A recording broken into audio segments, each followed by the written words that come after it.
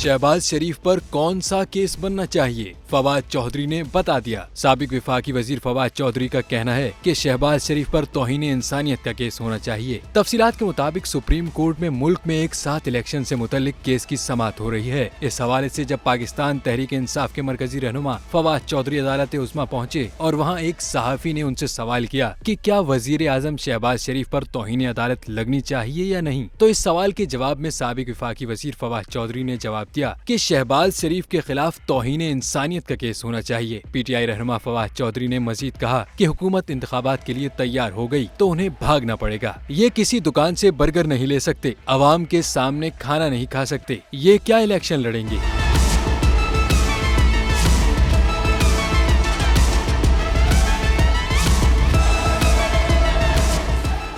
हवाए नफ्स की है हुक्मरानी, लुटेरा कर रहा है पासबानी। बोल न्यूज के मार्केटिंग हेड आकाश राम ताहा लापता, तफ्तीशी इदारे जवाब देने से कासिर। अहले खाना परेशान, बेटे की जुदाई में माँ गम से निढाल। जो बच्चो हिंदू हुआ पर आए थे जो को पाकिस्तानी, मुखे मेहरबानी करे पंहिंजो आकाश वापस कयो।